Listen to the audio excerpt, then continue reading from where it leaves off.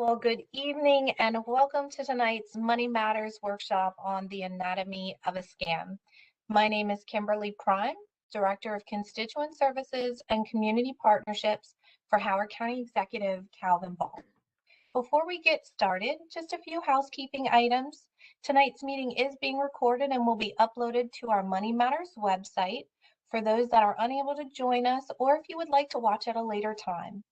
You can find that video along with all of our other Money Matters workshops we'll be hosting throughout the month of April at www.howardcountymd.gov/moneymatters. During the presentation, if you have any questions, we kindly ask that you place it in the chat box located in the lower right corner of your screen. You can also choose to raise your hand and you will be called upon. We have also provided a sign language interpreter, which you should see at the top of your screen. Following the presentation, our speaker will have the opportunity to answer them. Now I'll turn things over to tonight's speaker, Beth Silverman from our county's Office of Consumer Protection. Thanks, Kim. Hi, as Kim said, my name is Beth, and I do work for the Howard County Office of Consumer Protection. For those of you who are not aware of our office, we're here to help consumers with your issues and problems related to consumer transactions. In general, a consumer transaction involves the purchase of goods or services for personal or household use. So basically, if it involves money in a business, it's a consumer transaction. We can help with information prior to purchases and assist with mediation if you have a problem after a purchase. We also try and help people stay safe in the marketplace by providing education programs, like this one tonight, where we're going to be talking about scams. Unfortunately, scams are everywhere and anyone can be scammed. I've been working in consumer protection for over 15 years, and yet recently I almost got scammed. I want to share my story of what happened to me as a way to show just how easy it is to fall victim to a scam, no matter who you are. I'm not trying to scare anyone or say that there is no hope. I will review the red flags to look out for to keep yourself safe. But I get calls from many people who feel that they're somehow responsible for being scammed. And I want to show just how clever scammers are and that you shouldn't feel somehow that you've done something wrong if you've fallen for a scam. First, let's talk a little bit about how scams work. The scammer's first goal is to get you to feel something, anything. Happy, sad, frustrated, scared. It doesn't matter what you feel as long as you're feeling something. Because when people feel something, the logic part of their brain kind of cuts off and we key into the emotion and we're not thinking rationally. Once the scammer has you feeling the strong emotion, they can hook you into their story and get you to do what they want you to do. How do they get you to believe in them? They do that by pretending to be somebody else. They impersonate a person or a company that you believe in so that you will then believe in them. They can pretend to be a family member, a friend, or a well-known business, such as Amazon or Apple, or a government agency like the IRS or Social Security. But before we get into the details of different kinds of scams, I want to start by telling you my story. On this particular day, I was waiting to get a package delivered. I know we're all ordering lots of things online these days, and I'm no exception. But this particular package, I was told that I had to sign for. Since I knew the delivery driver would be needing a signature, I registered for text alerts with the post office to make sure that I would be home when the package was delivered. On the morning of the delivery, I received a text notice that my package would be delivered that afternoon between 1 and 5. A few hours later, I received an email looking like it was coming from the post office. The email stated that there was an issue with the delivery and my address, and that the delivery needed to be rescheduled. Since I was expecting a package and had recently moved, making the issue with the address plausible, I overlooked several red flags about this email and clicked on the link. At this point, I'm getting hooked into the story. The link said that it would cost $1 to redeliver the package. This seemed strange to me, but as it was such a small sum, I thought it wasn't worth arguing and got ready to enter my credit card information. Now I'm feeling even more emotions. I'm frustrated and annoyed at having to deal with the problem and to have to pay for it on top of that. But I also just want to get it over with, so I proceed. While entering my credit card information, I was also asked for some personal information. Now I'm fully annoyed. They want information, all this information, and I don't understand why. But just to move on, I was even prepared to enter some of what they asked for. However, when I saw that they wanted my social security number, I stopped. I could not understand why the post office would need my social security number to redeliver a package. At this point, I went beyond frustrated and got mad. I canceled out the transaction, giving them no information, and thought, I know what I'll do. I'll go to my local post office and I'll ask them for help. I figured if there was an issue with the package, I could just have it delivered to the post office and pick it up there. I printed out the email and drove over to the post office. At this point, I'm still very involved in the story and high on my various emotions. At the post office, I asked why they needed this information, as it didn't make any sense to me. I was quickly informed that the post office had not sent the email and would never ask for my social security number. I remember feeling almost like the spell broke and I came out of a trance. It was almost like there was this physical pop and I was even a little disoriented, returning to normal. I was shocked as I had been doing education around scams for years, but I was still able to get caught up in it.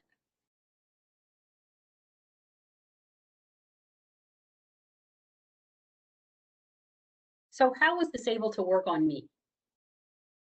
First, the timing was right. Somehow they knew I had a package being delivered that day. To me, that is the scariest part of the scam.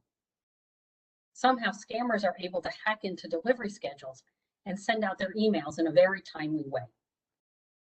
The issue with the address also rang true, as I had moved a few months before.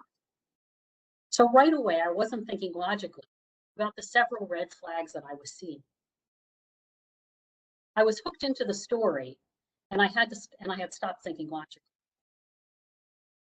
I was annoyed that this was going to cause me trouble.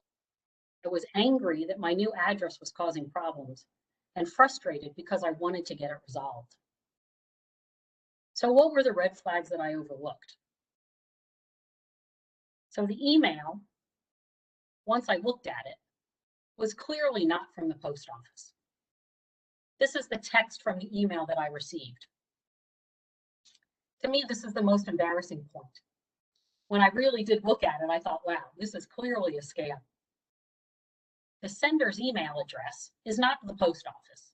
It's somebody at a Hotmail. Instead of being addressed to my name, it was addressed to my email address. And it had very little information on it. The rescheduled delivery was the link. There was no phone number for me to call to resolve it. All they wanted was for me to click on the link. And once I got to the link, it asked for personal information. When you get what might be a phishing email, these are the things to check out for. The sender's email address, how it's addressed, the wording, all those sorts of things. And all they're looking for is a link for personal information. So how did I stop myself from being scammed? In two major ways. One, the logical part of my brain partially kicked in when I was asked to give my social security number. It's been drilled in me enough not to give out personal information, but I was able to listen to that little voice in my head overriding my inclination to give this unidentified web form the information it was requesting. Second, I talked to somebody about it.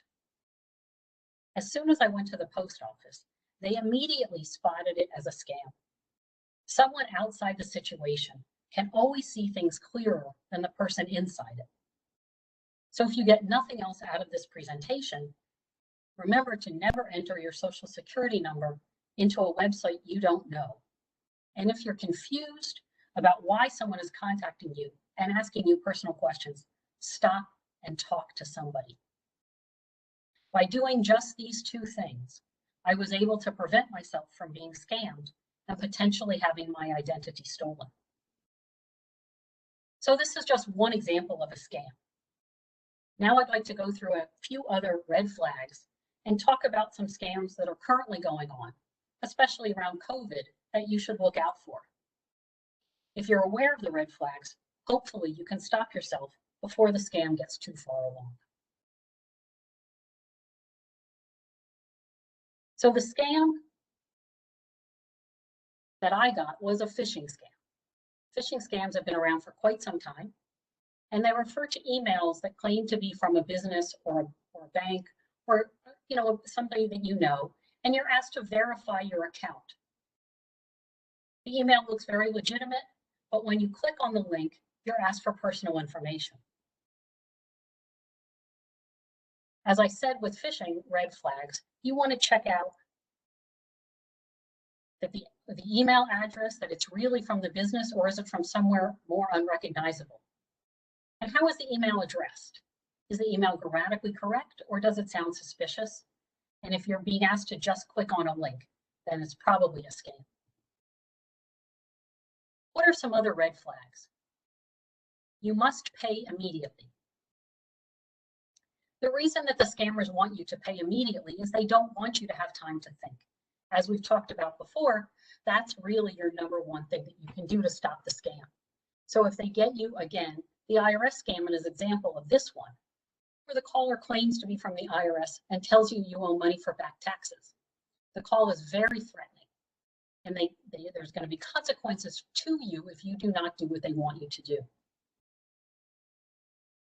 So by getting you to feel scared and anxious and potentially buying into their story, they're going to get you to do what they want you to do, which is to give them your money. With the IRS scam, you're asked to send the money to the caller, not to the IRS. And that's another red flag, because there's no way that the IRS would want you to send money to anyone but to them. Another variation on this red flag would be, you must act now. The collection scam is a good example of this, where a caller claims to be an authority figure, like the police, and says that you owe a debt, but isn't really giving a lot of information about who you owe the debt to. They are just very threatening. They want you to be scared and anxious so that they can get you to not think logically and give them your money. They often threaten that you're going to be arrested. And one thing to remember around debt collection is that the police do not get involved in showing up at your house over a debt. Don't tell anyone. As I mentioned before, telling someone is a really good thing that you should do if you get any kind of call that you're anxious about. The grandparent scam is a good example of this scam where they tell you not to tell anyone. This is one scam that makes me the most sad, I think, because it really plays on a grandparent's wish to help their children and family and grandchildren get out of trouble. So somebody calls the grandparent claiming to be a grandchild. They might also claim to be a police or someone from an ER or something to say that the grandchild is in trouble. But more often than not, they pretend to be the grandchild themselves. And you might think, well, I would know my grandchildren's voices. But the truth is, once you get involved in the story, it's hard to remember what their voice actually sounds like.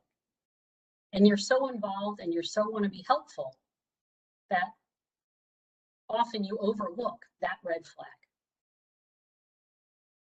The caller tells you that they're maybe in a foreign country, that they've been arrested or mugged, and they need assistance. They don't want you to tell anyone, especially not the parents, because they don't want to get in trouble. And the only way out of trouble is if you send money. I had a caller a few years ago who had gotten this scam, and they were wondering what to do. They said they got a call that their grandchild was in Mexico and needed assistance.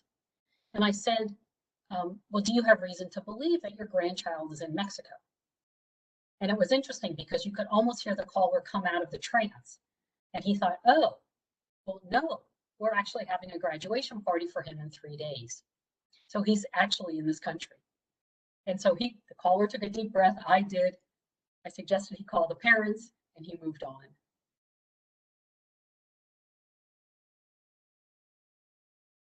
Another red flag of a scam is that you need to buy gift cards. The scammers are looking for easy money, and one of the ways they do it is by asking for gift cards. In this particular sort of phishing scam, you might get a text or an email from a friend or a boss or a religious leader asking for help. I think in this one, they often pick on bosses or religious leaders because they want people that you're going to, one, trust, and two, want to help. So you get an email that says, I need a favor. And they want you to then, you're instructed to buy gift cards and get back to them. Unfortunately, you later find out that the person's email account was hacked and the scammers have the money that you've spent on gift cards. It's your lucky day.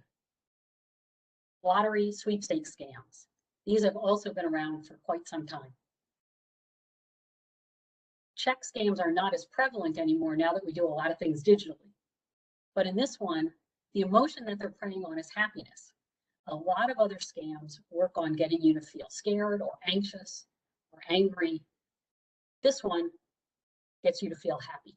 You get a check in the mail that informs you that you've won a sweepstakes or a lottery, often one that you never entered, which makes it even more exciting, I guess. The letter includes a check that's going to cover your taxes or fees or some other reason that they need you to cash this check. And then they ask you to send the money back to them. When you think about this scam logically, it does not really hold up at all. Because you think about if somebody sends you a check, you have absolutely no obligation to return that money to them. You get a check in the mail, you can cash that check and keep that money. So there's no way that they would send you a real check if you didn't have some obligation to follow through and return that money to them. But unfortunately, the fake check scam has worked on many people. But if you ever get a check in the mail from someone that you don't know, especially asking you to return it, it is always, always a scam. Often people will say to me, well, what if it's not? And I'll say, that's fine, go ahead and cash the check, put it in your bank account, but tell the bank that you want to be informed when the check has fully cleared. It takes around 3 weeks for a check to fully clear. You often have access to the money the next day, but that does not mean that the check has cleared. So I tell people, wait 3 weeks and go back and find out if that check is real. And it never is. Text scams. There are many variations of this, but the most common is often a pop-up that comes in or an email that says that the caller is from Microsoft or another tech company and that they've noticed there's a problem with your computer.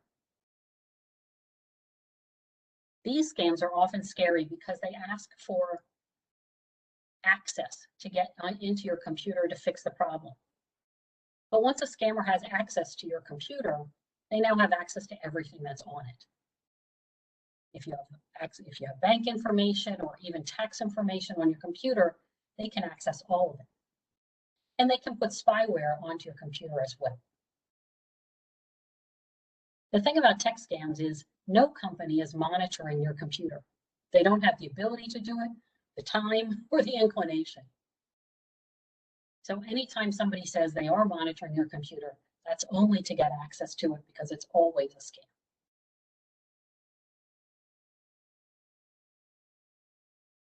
This is a new kind of scam that's recently come to our attention. And it's sort of a combination of several. It's a phishing scam, kind of a fake check scam, it's kind of a tech scam. I guess scammers are getting better about putting things together. Generally, in this sort of a scam, you're going to get an email from a well-known business, Amazon, Apple, Best Buy's Geek Squad. The email is going to tell you that there's a problem with your account, that there's been a purchase made on your account that they think maybe is problematic. Or they're going to tell you that they've renewed your service plan for another year. In each case, they're going to say, if there's a problem with this, contact us. So you think, this is great, there's been a problem, I'll just contact these people and they'll take care of it. But instead of calling the actual company, you're calling back the scammer. If it's sort of a straight phishing thing, they're just going to ask you to enter a lot of personal information. But often if you call somebody, they're going to ask again for access to your computer. And then again, they're going to have access to your information. So these are just variations of different things where they're trying to do the same thing that scammers have done. They're either trying to get your personal information or they're trying to get your money.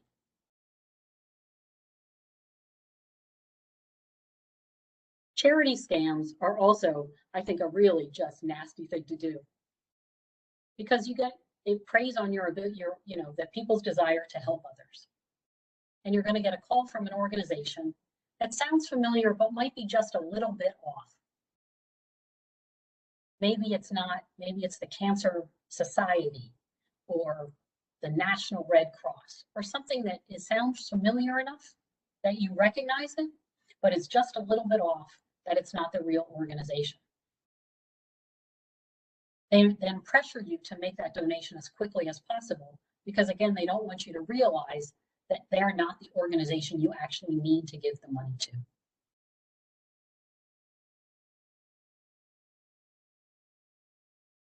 Home improvement scams are another big topic. People come by, they knock on your door, and they tell you all sorts of stories. The two most popular ones seem to be the tree service scams or driveway paving scams. In the tree service, they claim that they've noticed some problem with your trees, and they'll even show you something that might look like an issue. And then they offer to fix it before it spreads. For the driveway paving scam, the person will knock on your door and say, oh, we were doing a job for a neighbor for somebody else down the street or in your neighborhood, and we have extra materials left. We can put sealant on your driveway for a really good price. For all of these scams, the claims are untrue, the cost ends up being very high, and the work is really not good. For the driveway sealant, often the next good rain, that sealant just washes away. So if somebody does come to your door as a solicitor, ask them for their solicitor identification card. All solicitors in Howard County have to get a card from our office, and this is what the card looks like. It is a hard plastic white card about the size of a credit card, and it gives a variety of information. So you want to make sure that all of the solicitors are properly licensed before you talk to them. If they're not, close the door and walk away.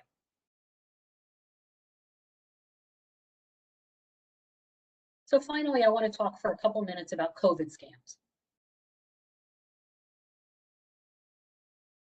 Scammers will use anything that's going on in our world as a way to try and turn it into advantage for them and to scam people out of their money. Unfortunately, as the COVID crisis has unfolded over the last year, scammers have been right on top of it. As things have changed, so have the scams. In the beginning of the pandemic last year, scams were mainly around getting tested because that's what we were doing at the time. It was a way to get you a test, maybe an at-home test. They could get you something easier, cheaper, quicker, whatever they were promising in order to get you to give them your information or your money. Lately, the scams are more around vaccines, since that's where we are right now. The scammers tell you that you can give them, for a price, they can get you on a waiting list to get your vaccine sooner. Or they can ship the vaccine to you. Neither of which are really available. No one can get you on a list any sooner. The lists are handled correctly through the government agencies. And I would not want somebody shipping me a vaccine. I wouldn't know what to do with that. So you want to ignore all those vaccine offers and use the correct sites to register for the vaccine through the government. You also want to make sure that you hang up on any caller that asks about a vaccine and asks for your social security number, your bank information, your insurance information, or any credit card information. As we've said, vaccines are provided free. We also want to warn you against posting your vaccine card on social media. Many people really are proud that they've gotten their vaccines and want to share that information. But you want to do it in a way that's safe. You don't want to actually post your card. That has private information. It can also be duplicated by somebody else for other purposes. So if you want to post that you got your vaccine, post that you got your vaccine, but do it in a safe way. There are also a variety of scams around the government stimulus checks. The scammers promise maybe they can get you more money. Maybe they can get your money faster. Whatever it is, the only real way to find out money information about the stimulus checks is to go to the IRS. They have a wonderful information about the stimulus checks and what you are entitled to and how you're going to get it. And you should just stick with that information if you hear anything about the stimulus. So how can you protect yourself? As I've said, the number one thing I want to leave you with is to take your time. If you're talking to someone that you don't know and you start to feel anxious or scared or nervous, hang up, do something else. Give yourself some time and space before you sort of follow through on whatever it is they're asking you to do. Any offer that's available now is going to be available in a few hours or a couple of days. You don't need to act hastily, even if somebody tells you you do.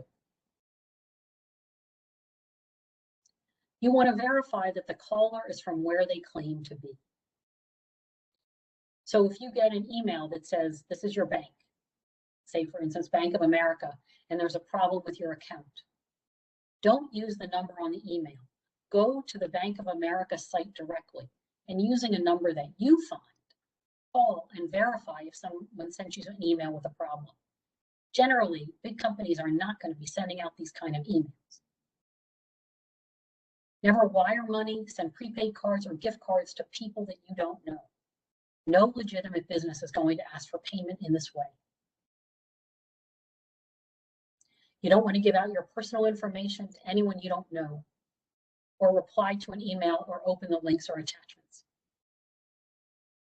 And as always, if it sounds too good to be true, it is too good to be true. So that was some information on how scams work.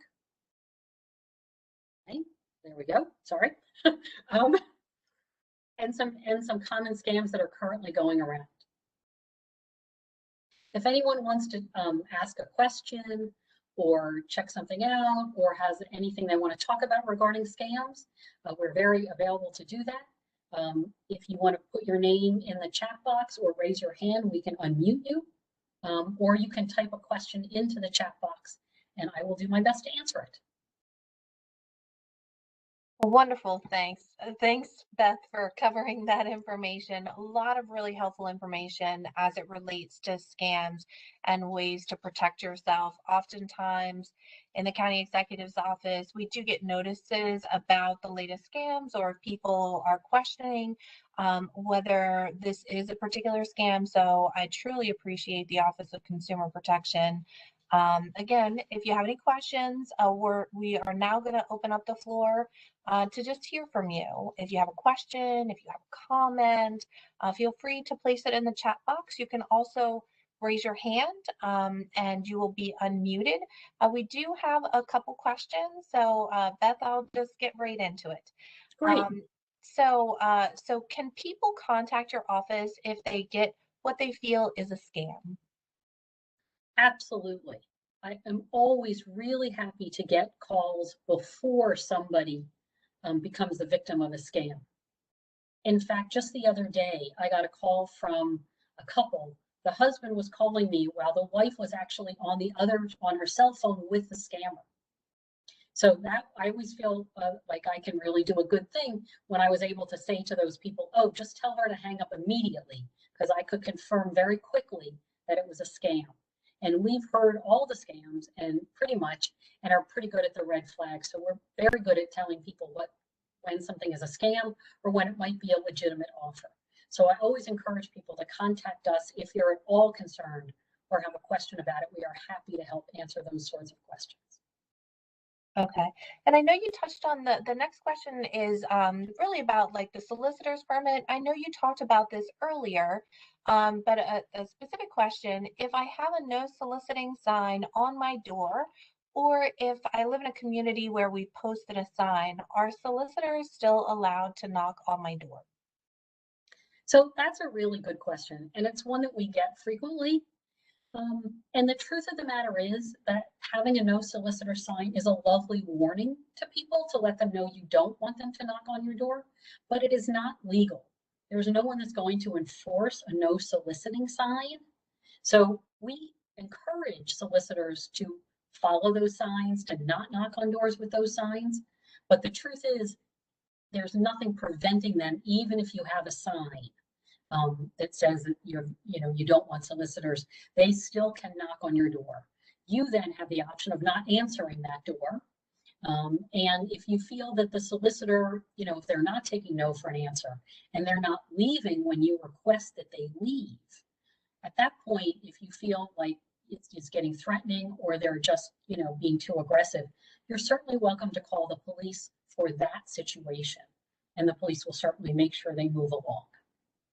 Okay. And then just building upon that, I will ask this as a more personal question. Does it matter whether it's a public or private street?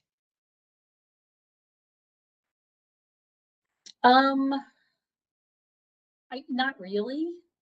I mean, or do you mean like a public or private street for like a food truck or something? No, for example, I know in our office, for example, we have individuals that live on a public street, right? They have some concerns that people are in their neighborhood and they're kind of dropping by. I just want to make sure that, if possible, if there's a distinction, we do have some communities where people are going kind of door to door, whether it's kind of, hey, under the auspices, we stop by your neighbor's house. There Yeah. is that difference between a public and private road. And I'm not sure if Oh, you have kind of that opinion or if there's any guidance you have to constituents. I don't know whether it would fall, and this is more of a, I've got my constituent services hat on, whether that would fall under more no trespassing. And so I just wanted to kind of throw it out there. yeah, I think for solicitors, it's not really a difference. I think that if they knock on your door, and you don't want to talk to them, don't talk to them. Don't answer the door. The same as we tell people not to answer the phone if you don't know who it is. If you don't know who's at your door, don't answer your door. And again, if they're aggressive, or just tell them that, you're not interested and that they should go away. And the solicitors need to listen to that. They need to go away if you're not interested in them doing Okay. And next, I'm going to see if we can try and unmute this person. that. Okay. Henry Yee, this question is for Henry Yee. I wasn't sure whether it's a question. It just says one is Medicare and two is roofer. So if our folks from DTCS can try to unmute Mr. Yee, and we'll try and see if we can get a better question. So Henry, you're unmuted. Okay,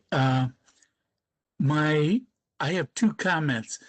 I got a call today from Medicare, one that we get all the time, but we have already checked on it.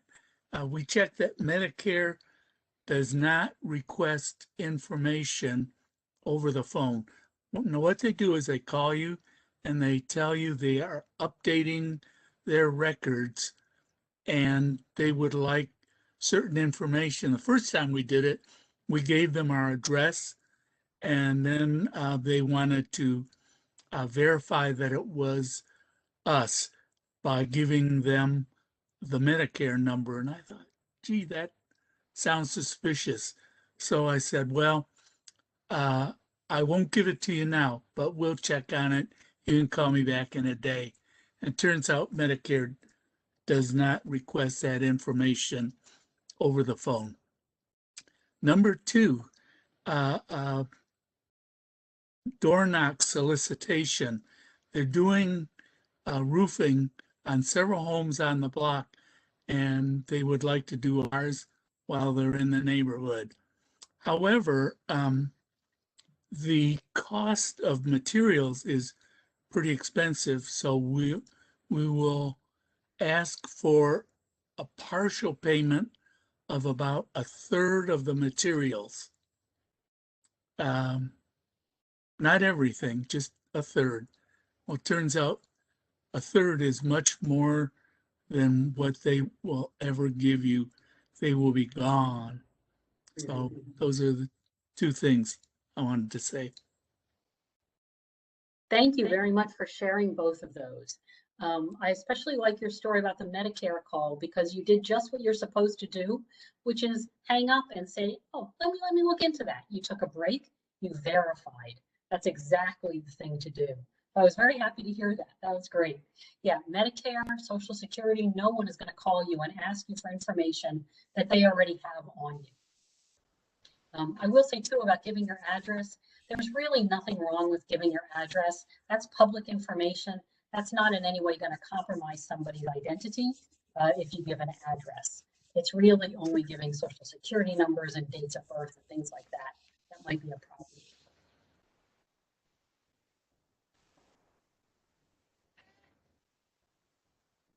Okay, so at this time we'll turn it over. We have another hand raised.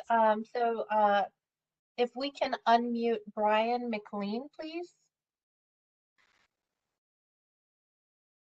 Brian, are you there? I am. Can you hear me? We can hear you. Okay. Yeah. Yes. I do have a video, but my picture's not showing up for some reason. But that's not my question. One of my questions is for the consumer individual. You know, when the scammers calls you, like they'll show up in your caller ID as the IRS or whatever the case may be, and then they'll start threatening you and say, if you don't send a check in for this much money, you can be arrested or or whatever the case may be. So I'm guessing is how these people get numbers and, you know, it's showing up in your caller ID as IRS and, you know, Medicare, what, and it's really false because I know people are not going to call you. They're going to put something in written consent. So based on that, is there any way that y'all can start, you know, tracking these individuals with the numbers that they're coming in as and how they getting these numbers, call IDs number that identify themselves as the IRS, just for example, or Medicare or whatever the case may be when they come in? Because I wouldn't even pick it up if it didn't say something else. That's my question. So it's called hijacking the numbers, and it's done all the time for that very reason that you just said. So people know that people are not answering the phone as much anymore. They know that people are being more cautious about answering the phone. So what the scammers are now doing is there are ways to make your caller ID look like anything. They can make it look for a while, it was very popular for them to make it look like you were calling yourself. So you look at your caller ID and it would have your phone number on, mostly to get you to say, oh, wow, what's going on? I don't know what's going on. I better answer that. It's all ways to get you to answer the phone. Unfortunately, there is no way to track it. They could be calling from anywhere in the world and changing that number to look like anything they want it to look like.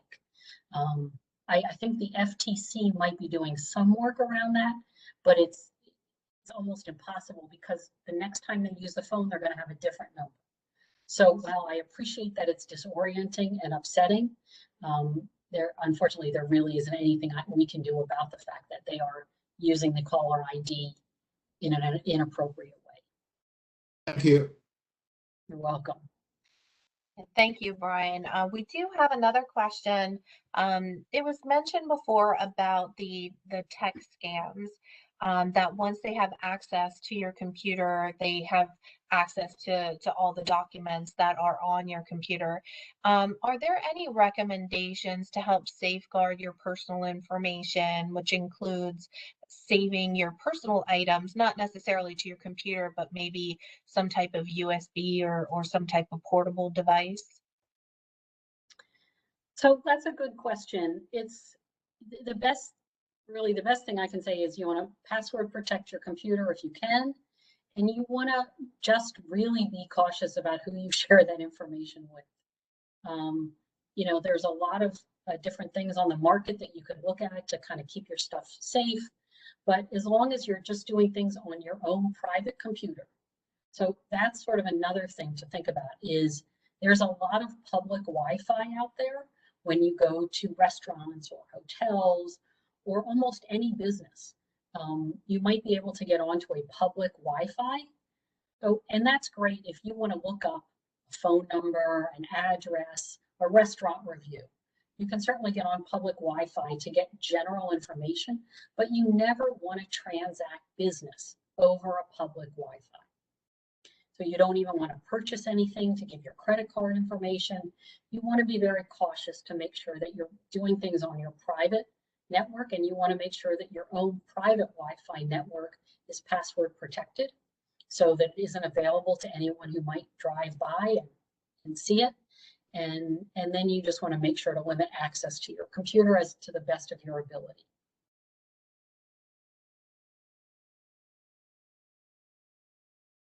Great, thank you, Beth. So while we wait to see if there are any other questions or if anyone would like to raise their hands, I just have kind of a general, you know, our Office of Consumer Protection is wonderful and they handle so many things. Beth, I wasn't sure, I know this particular workshop is about scams and scam preventions, but while we have folks tuned in, if there's anything else that you would like to share that your office does, hot topics, things that you're seeing, especially as it relates to COVID.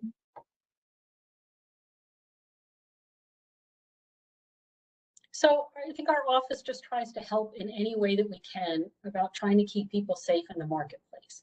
So we get a lot of questions about a lot of different topics, and we try and be well versed on referral sources. So if somebody contacts us and there's something that we can't help with, we really try and get them to the correct place. In terms of things that we can help with, we try and answer questions about county, state, and federal consumer laws, and whether or not, you know, that something falls under a jurisdiction of one of those laws.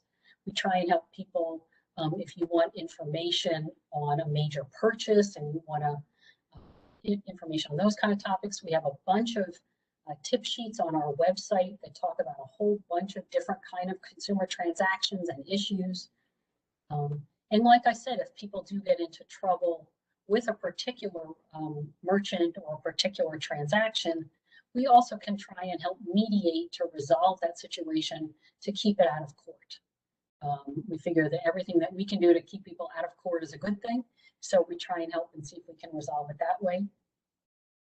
I mentioned that we also license the peddlers and solicitors. We also license trespass tow operators who tow from private property. So we do a lot of things. We can, if you're curious about a particular business, we can tell you if we've gotten any complaints about that business to try and give you more information when deciding whether or not to hire a particular company. Mm-hmm. So, and your office does a wonderful job also of landlord-tenant matters. Yeah, it's see, I'm so keyed in on the scam thing. I sort of forgot about the landlord-tenant thing. Thanks. Yeah. No, I just want to give a big kudos. You know, one of the biggest things that we're seeing, especially as it relates to COVID, are people reaching out to us not knowing what to do, whether their rent is being raised and where to go and how to get help. And your office has been amazing. So I just want to make sure that while we have folks tuning in, I also make that plug as well. Thank you. Yeah. Yeah, we do have jurisdiction over the Howard County Landlord Tenant Act, and we also oversee the Maryland landlord-tenant law. So we're able to help tenants with a variety of lease, security deposit, those kind of questions, rent questions and things like that. So we handle a lot of landlord-tenant questions, and we're happy to talk to both the tenants and the landlords to give advice and information on what the law says.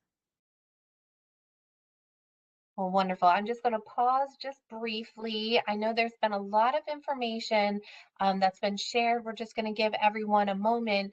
If you have any last minute questions, you can feel free to send it in the chat box. You can also raise your hand. Keep in mind, this is not the end of the conversation.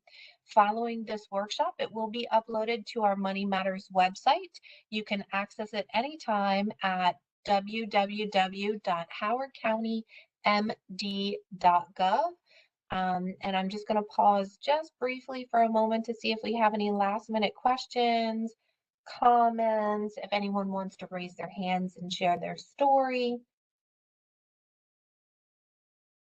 And just keep in mind, while we wait during the month of April, we do celebrate financial literacy, and we'll be hosting a series of Money Matters workshops to provide you with helpful tools to manage your finances effectively and create a path towards empowerment and success, and certainly scam prevention. You can learn more and register for our Money Matters workshops on our website. And then without hearing anything, without seeing any other hands or seeing any other comments, I just want to, on behalf of Howard County Executive Calvin Ball and our entire Money Matters planning team, we do thank you for tuning in to tonight's Money Matters workshop on the anatomy of a scam. Thank you so much, and that concludes our presentation tonight. Thank you. Bye-bye.